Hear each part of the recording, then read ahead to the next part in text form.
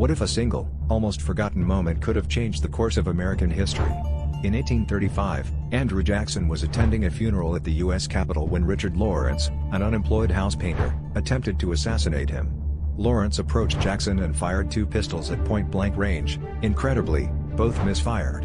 The 67-year-old Jackson, known for his fiery temper, then charged at Lawrence with his cane, beating him into submission.